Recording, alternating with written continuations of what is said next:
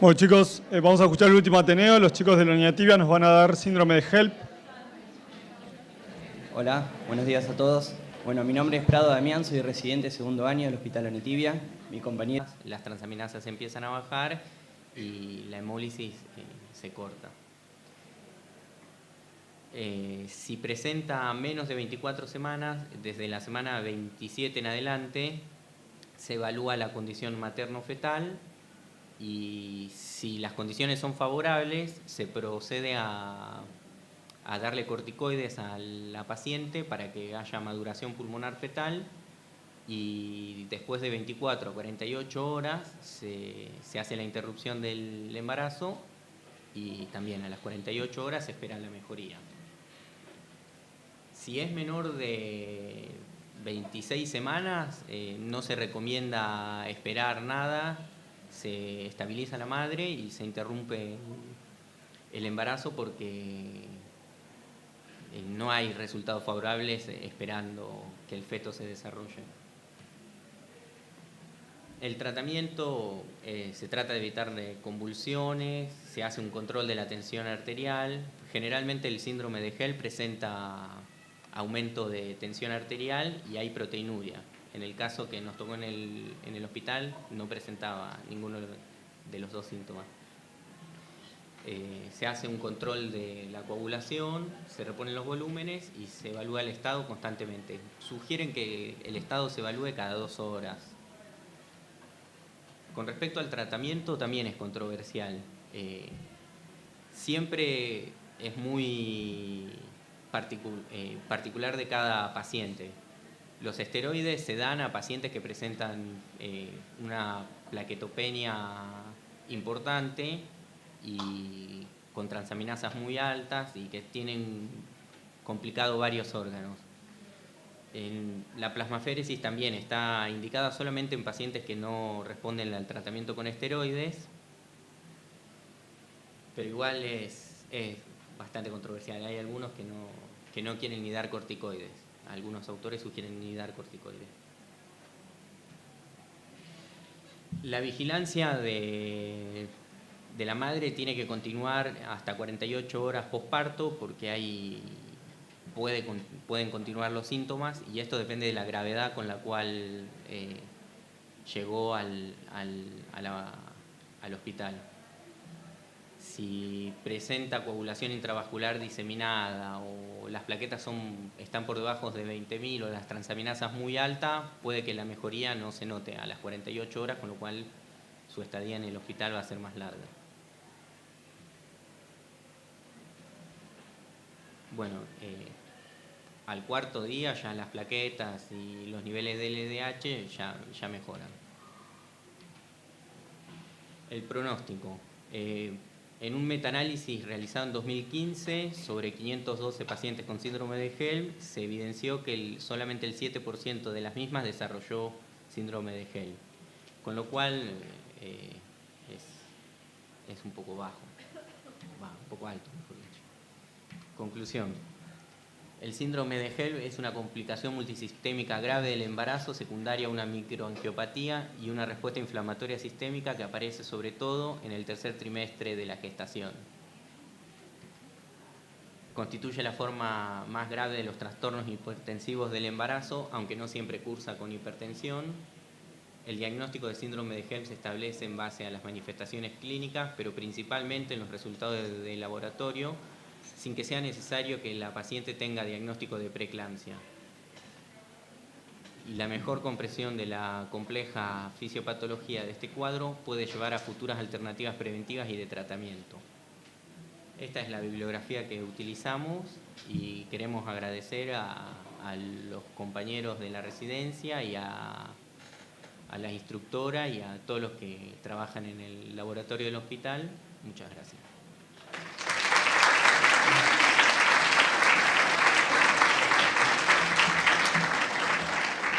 Muchas gracias, chicos. ¿Alguna pregunta para los chicos?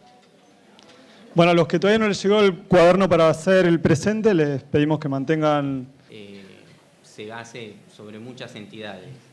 Las más importantes son las primeras 3, que es el hígado graso agudo del embarazo, la púrpura trombocitopénica trombótica y el síndrome urémico hemolítico. Para diferenciar el síndrome de Hell del hígado graso es bastante complicado porque tienen la misma presentación clínica, los resultados de laboratorio son muy similares, entonces acá juega un papel muy importante el diagnóstico por imágenes. Con una ecografía se puede ver el hígado si es graso o si presenta un hematoma o coágulos.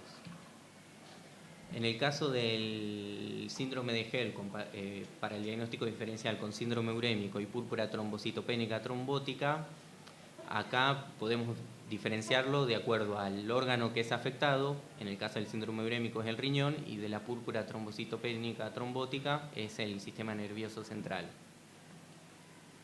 El parámetro más importante para diferenciar estos tres trastornos es la elevación de las transaminasas y el resto es variable, salvo en la púrpura trombocitopénica trombótica, en el cual la mayoría de los parámetros son normales, salvo el hematocrito que baja.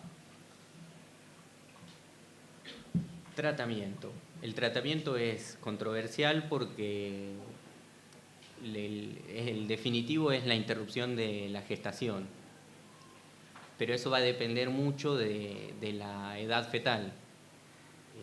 Con lo cual hay un conflicto de intereses entre los familiares y los médicos. Se sugiere que embarazos con más de 34 semanas de gestación se interrumpan por medio de una cesárea y a las 48 horas la paciente presenta mejorías, empiezan a subir las plaquetas, las transaminasas empiezan a bajar y la hemólisis se corta. Si presenta menos de 24 semanas, desde la semana 27 en adelante, se evalúa la condición materno-fetal y si las condiciones son favorables, se procede a darle corticoides a la paciente para que haya maduración pulmonar fetal y después de 24 a 48 horas se hace la interrupción del embarazo y también a las 48 horas se espera la mejoría. Si es menor de 26 semanas, no se recomienda esperar nada, se estabiliza la madre y se interrumpe el embarazo porque no hay resultados favorables esperando que el feto se desarrolle. El tratamiento se trata de evitar convulsiones, se hace un control de la tensión arterial. Generalmente el síndrome de Hell presenta aumento de tensión arterial y hay proteinuria. En el caso que nos tocó en el hospital no presentaba ninguno de los dos síntomas. Se hace un control de la coagulación, se reponen los volúmenes y se evalúa el estado constantemente. Sugieren que el estado se evalúe cada 2 horas. Con respecto al tratamiento también es controversial. Siempre es muy particular de cada paciente. Los esteroides se dan a pacientes que presentan una plaquetopenia importante y con transaminasas muy altas y que tienen complicado varios órganos. La plasmaféresis también está indicada solamente en pacientes que no responden al tratamiento con esteroides, pero igual es bastante controversial. Hay algunos que no quieren ni dar corticoides. Algunos autores sugieren ni dar corticoides. La vigilancia de la madre tiene que continuar hasta 48 horas posparto porque pueden continuar los síntomas y esto depende de la gravedad con la cual llegó al hospital. Si presenta coagulación intravascular diseminada o las plaquetas están por debajo de 20.000 o las transaminasas muy altas, puede que la mejoría no se note a las 48 horas, con lo cual su estadía en el hospital va a ser más larga. Bueno, al cuarto día ya las plaquetas y los niveles de LDH ya mejoran. El pronóstico. En un metaanálisis realizado en 2015 sobre 512 pacientes con síndrome de Helm, se evidenció que solamente el 7% de las mismas desarrolló síndrome de Helm, con lo cual es un poco bajo, un poco alto, mejor dicho. Conclusión. El síndrome de Helm es una complicación multisistémica grave del embarazo, secundaria a una microangiopatía y una respuesta inflamatoria sistémica que aparece sobre todo en el tercer trimestre de la gestación. Constituye la forma más grave de los trastornos hipertensivos del embarazo, aunque no siempre cursa con hipertensión. El diagnóstico de síndrome de Helm se establece en base a las manifestaciones clínicas, pero principalmente en los resultados de laboratorio, sin que sea necesario que la paciente tenga diagnóstico de preeclampsia. Y la mejor comprensión de la compleja fisiopatología de este cuadro puede llevar a futuras alternativas preventivas y de tratamiento. Esta es la bibliografía que utilizamos y queremos agradecer a los compañeros de la residencia y a la instructora y a todos los que trabajan en el laboratorio del hospital. Muchas gracias.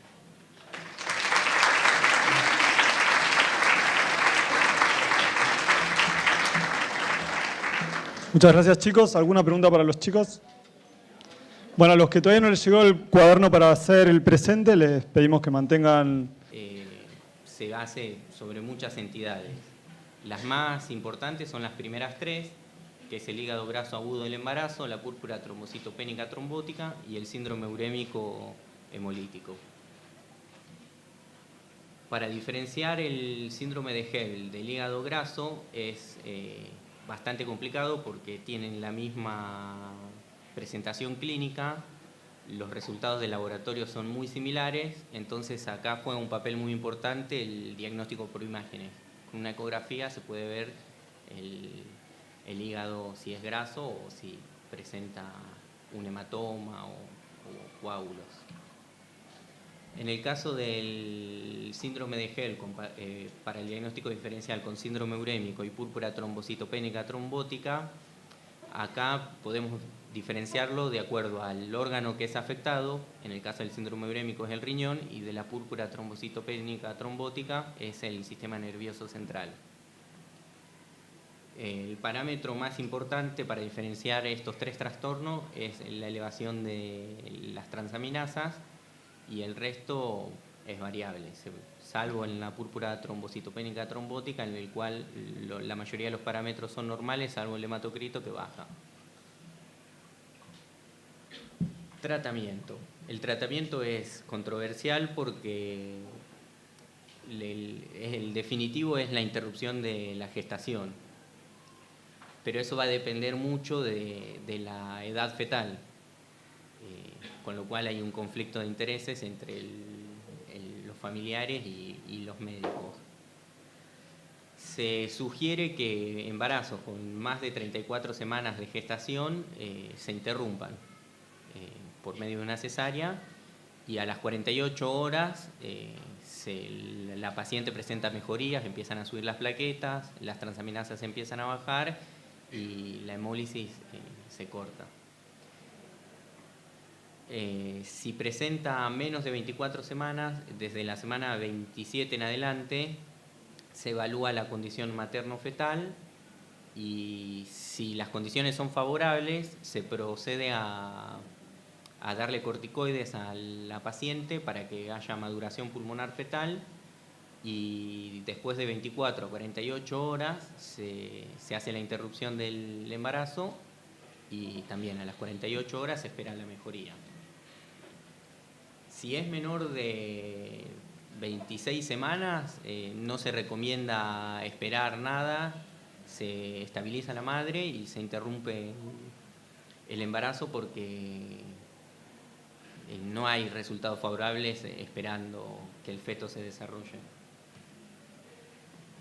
El tratamiento se trata de evitar convulsiones, se hace un control de la tensión arterial. Generalmente el síndrome de Helm presenta aumento de tensión arterial y hay proteinuria. En el caso que nos tocó en el hospital no presentaba ninguno de los dos síntomas. Se hace un control de la coagulación, se reponen los volúmenes y se evalúa el estado constantemente. Sugieren que el estado se evalúe cada 2 horas. Con respecto al tratamiento también es controversial. Siempre es muy particular de cada paciente. Los esteroides se dan a pacientes que presentan una plaquetopenia importante y con transaminasas muy altas y que tienen complicado varios órganos. La plasmaféresis también está indicada solamente en pacientes que no responden al tratamiento con esteroides, pero igual es bastante controversial. Hay algunos que no quieren ni dar corticoides. Algunos autores sugieren ni dar corticoides. La vigilancia de la madre tiene que continuar hasta 48 horas posparto porque pueden continuar los síntomas y esto depende de la gravedad con la cual llegó al hospital. Si presenta coagulación intravascular diseminada o las plaquetas están por debajo de 20.000 o las transaminasas muy altas, puede que la mejoría no se note a las 48 horas, con lo cual su estadía en el hospital va a ser más larga. Bueno, al 4.º día ya las plaquetas y los niveles de LDH ya mejoran. El pronóstico. En un metaanálisis realizado en 2015 sobre 512 pacientes con síndrome de Helm, se evidenció que solamente el 7% de las mismas desarrolló síndrome de Helm, con lo cual es un poco bajo, un poco alto, mejor dicho. Conclusión. El síndrome de Helm es una complicación multisistémica grave del embarazo, secundaria a una microangiopatía y una respuesta inflamatoria sistémica que aparece sobre todo en el 3er trimestre de la gestación.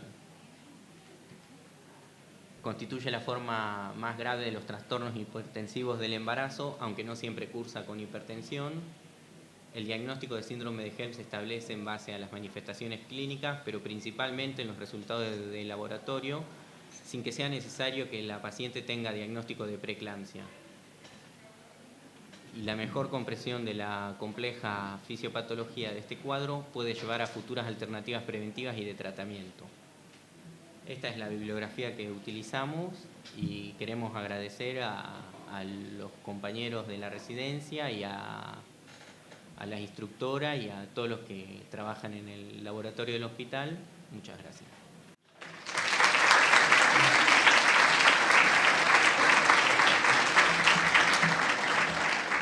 Muchas gracias, chicos. ¿Alguna pregunta para los chicos? Bueno, a los que todavía no les llegó el cuaderno para hacer el presente, les pedimos que mantengan